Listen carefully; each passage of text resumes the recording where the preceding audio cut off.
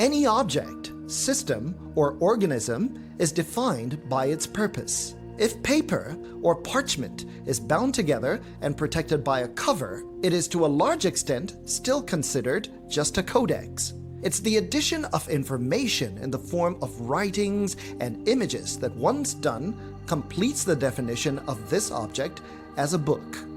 This is the logic behind the strategy of the Tertiary Education Trust Fund, which shifts the paradigm of its interventions in Nigeria's universities, polytechnics, and colleges of education from physical infrastructure to content. On this edition of the program, we focus on TETFund's Department of Education Support Services, which was created to coordinate, manage, and implement academic, content-based intervention programs of the Fund for Public Tertiary Institutions in the country. The Executive Secretary of TETFund, Professor Suleiman Elias Bogoro, sets the tone for how this department is key to his research and development agenda. We have some iconic libraries out there.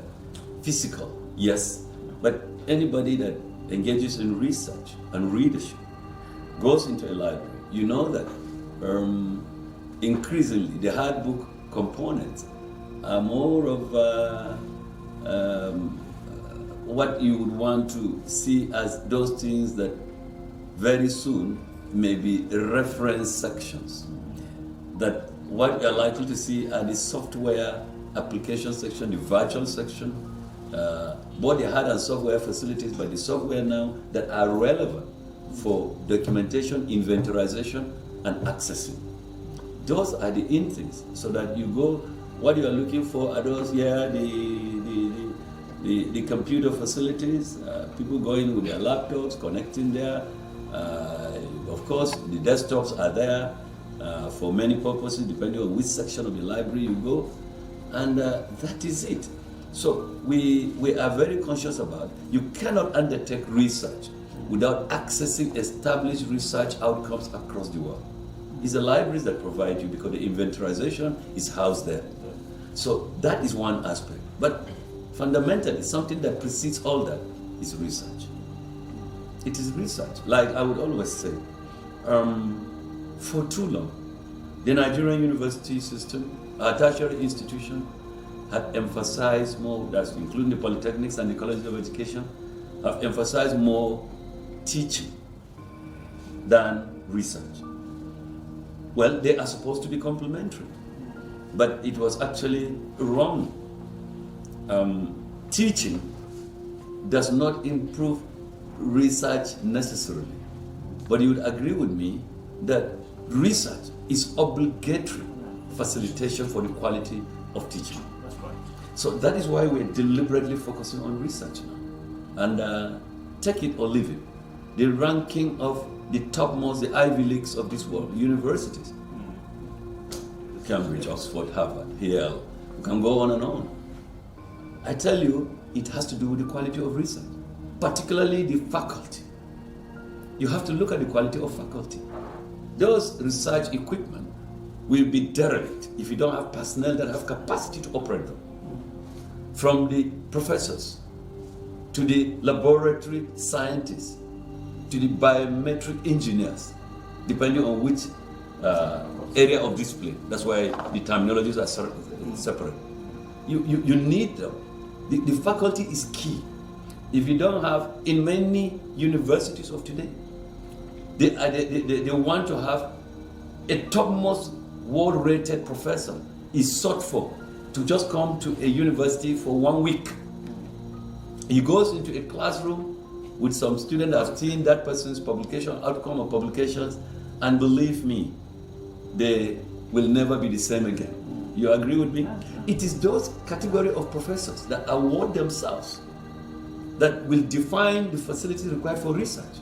And if those research facilities are brought in, whether it's geophysical laboratory, chemistry, any of the biological, basic or applied, medicine, call it, the physical, this thing, whether it's engineering or any form of technology, ICT now, one aspect of technology that has just changed the world. You know, you have to make sure that the facilities are there. But very important, the personnel. That is why TETFund intervention, besides the research component, which we are supporting, we have the academic staff training and development intervention. Largely, until recently, or almost exclusively until last year, when we now introduced postdoc, and of course there has been bench work anyway. It's been largely PhD masters, both overseas and local. The point was simple. 8-9 years ago, only 40% of Nigerian university lecturers had PhD. But as I talk to you now, the percentage we're waiting to get NUC confirmation is in the region of 70 to 80%. A university like Ibadan, for instance, it is about 100%. The department is charged with the responsibility of implementing non-infrastructural special interventions of the fund, such as the National Research Fund and the Higher Education Book Development Fund, which were established by the Board of Trustees of the fund to address peculiar national challenges in the areas of research, paucity of academic textbooks, reading materials, and the ugly trend of boy-child dropout from schools. Okunlola Sukanmi is saddled with the responsibility of driving this component of the TETFund paradigm shift, and he candidly gives an overview of the department he heads. Education Support Services Department is one of the content-based departments in Tertiary Education Trust Fund. Content-based in the sense that we address basically the need of faculties in tertiary institutions. That is the development of instructional materials and the people, the capacity in the universities in terms of capacity development of the lecturers in the tertiary institution. So basically the content-based department are into those items that are not actually infrastructural. In the department, for instance, we have library development intervention, which addresses the issue of provision of books, both the hard and the digital books into the library, and the equipment needed to complement those items. Then we have the AMB, which is academic manuscript into books. That is a transformation of manuscript and what we call in those days handout to textbook. You know, in those days, if you recall, we have a situation where our lecturers prepare what they call handouts. And we strive and buy those things then to read and prepare for exam. But because the fund look at it that this handout could be a useful instrument, material that should be kept and then could be useful beyond a particular institution, they now provide intervention fund to institution to transmute these manuscripts into textbooks. The AMB intervention is that intervention that is set aside to encourage our lecturers to transmute their manuscript into books.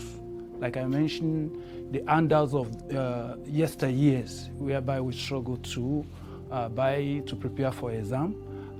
With the intervention of TETFund now, those manuscripts could be transmitted into textbooks, and there is an intervention fund for it to each of the tertiary institutions to encourage and promote lecturers that have all these manuscripts that have been adjudged and that have been evaluated to be worthy of being transmitted into textbooks. So instead of students striving to get handout, they could have this textbook, and even those textbooks could be sent to other tertiary institutions. No doubt, education support services is essential, but what critical role does it play in boosting Nigeria's R&D, and how does that role go from business as usual to a paradigm shift?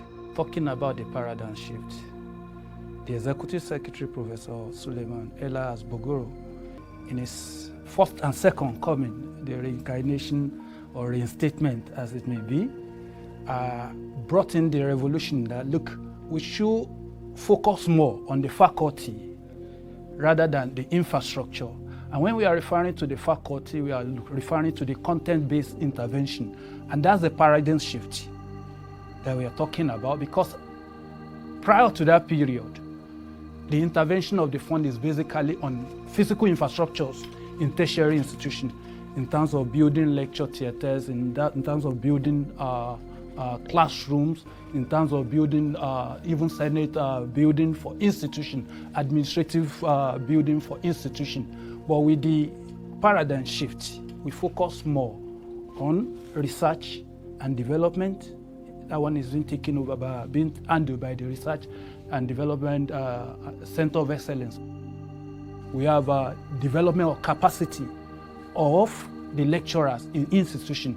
There's another department within the content-based department, AST and Academic Staff Development and Training, taking care of ensuring that lecturers in our tertiary institutions are being trained further to have their master's degree, PhD degree, both at local and international level. And coming to education support services, we have library development, as I mentioned. We need the books, both printed and the digital. And intervention fund has been set aside that look to ensure that all those things that need to improve the capacity and the actual faculty of the institution are being given. Then additionally, we have the AMB, Academic Manuscript to Book. And majorly in 2019, we have the Technical Advisory Group. It's a very great initiative. When I say Technical Advisory Group, we have a committee, an array of university distinguished professors of over 80 in numbers, under the chairmanship of the distinguished Professor Charles Ogagua Awo, a professor of food and food technology at University of Ibadan, being the chairman.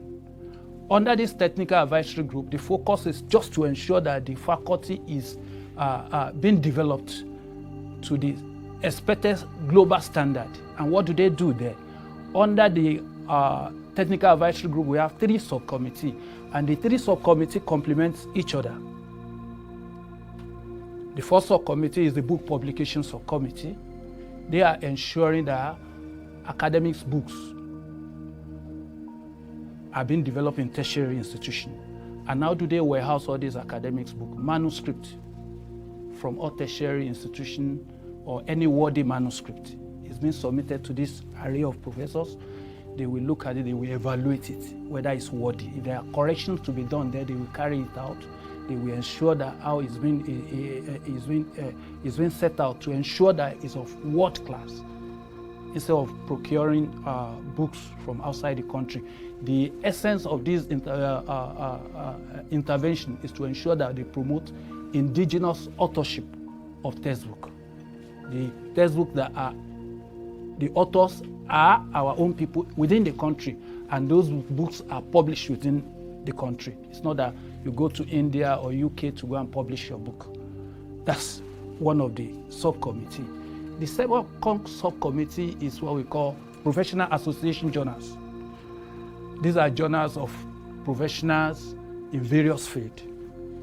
It could be professional journals of accountants, it could be that of curricular association, it could be that of technological association. All these journals are being warehoused, and they are submitted to the technical advisory group for needed for it to be edited. And why do they do this? It's just to ensure the feasibility of our journal in the web.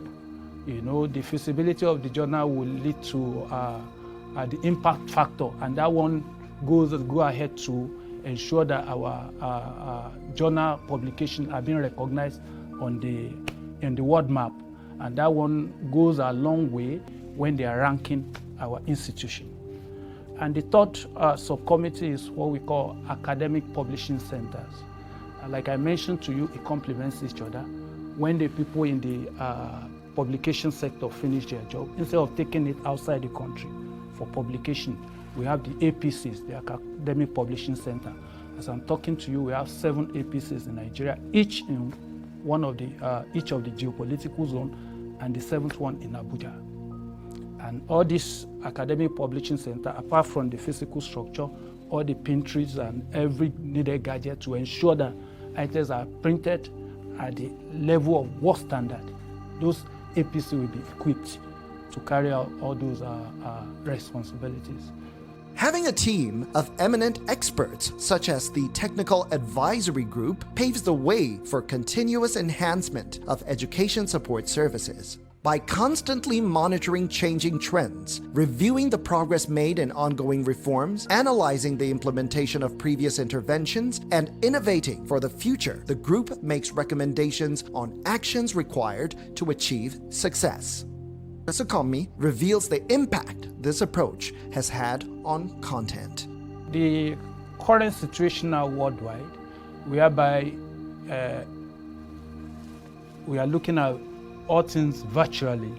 We have the e-library now, that is the digital library, the virtual library, and it's now part of the intervention that our tertiary institution should make it part of their library component, that is the digital library. So you don't need to carry a particular textbook to say that you can just go to the digital section of the library, call for whatever books that you want to read, and you are good to go.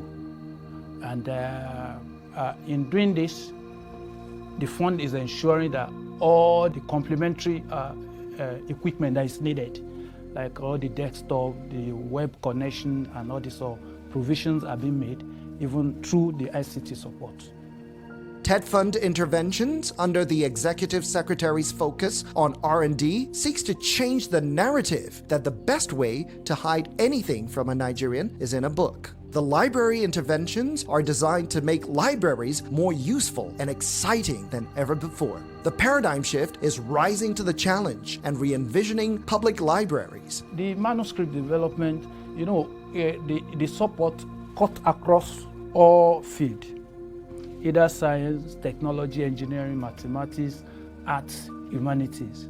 And as it cut across the fields of knowledge, it cut across the institution, either in the university, polytechnic, and colleges of education. So our lecturers, as they are in the institution, depending on the field in which you specialize, is then that, okay, if you specialize in probably biological sciences now, you can choose to write a manuscript on that field. But beyond that, there will be peer review, because it's not that probably I'm from Maiduguri or University of Usman Danfodio University, and I'm writing a manuscript. It's the evaluation of that manuscrict will not be just within my institution. There will be a peer review that cut across all other institutions to ensure that that manuscript is worth the while before it's been sponsored by the fund. TETFund provides support for converting academic manuscripts into books. The intervention aims to resuscitate and encourage authorship of indigenous books among lecturers of public tertiary institutions. It inculcates and nurtures the culture of authorship. Manuscript development is a crucial way that Nigerian tertiary education can continue to evolve a curriculum that is best suited to the nation's unique industrial and economic needs. The head of Education Support Services gives an insight into the significance of the paradigm shift. It's not that the fund is exiting entirely from the physical infrastructure intervention, but rather, as much as we are focusing on the content base, we are still taking care of the infrastructure. Let me just draw an analogy. It's like a moving vehicle. Everyone will be seeing the vehicle, but meanwhile, the engine therein is what is actually running the vehicle. The content, I will liken it to the engine. And the physical structure you are talking about, I will liken it to the body of the car that you are seeing. If our faculty are not well established, the people giving the content to the students, when you are leaving the institution, you are not living with the building, but what has been imparted.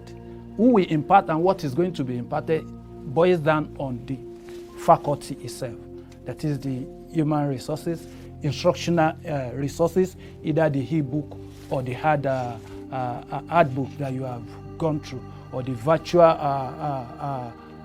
opportunity that is available to you to Google and get the needed instruction and material that is needed. So I would say that it's very important as a nation that is moving towards development that we focus more, and as we are doing, more on the content at this time, in fact, considering the current situation of the occasion by this COVID-19, where everybody is now learning online, that you don't even need to be in a particular institution before you get the knowledge that is needed. I think going towards the content base is very, very apt and important. Education support has come a long way, but an exciting future lies ahead. A great deal now rests on ensuring that TETFund's efforts contribute in a meaningful way to bring a revolution in Nigeria's economic fortunes through the stakeholders of our knowledge economy. If you look at the vision of the fund, we aspire to be world-class, to meet the standard in which every other nation of the world are. And if you look at all these nations, they depend more on the content than even the physical infrastructure. So what I'm saying is that if we focus on these in addressing the faculty in the next 10, 15 years, I'm so sure if every other factor remains equal, the society is cooperating, the academics are cooperating, and the industry cooperating, I believe within that period we'll be at the level of where the Koreans, the Chinese are, and even the Americans are by that period. At this critical point of Nigeria's history, TETFund is seizing the opportunity by bringing the government, academia, and industry together using the triple helix model to create and achieve a comprehensive, coordinated vision. This vision is to revitalize the objectives of addressing the critical need of high-quality manpower to drive the nation's economy and development aspirations. That is the paradigm shift.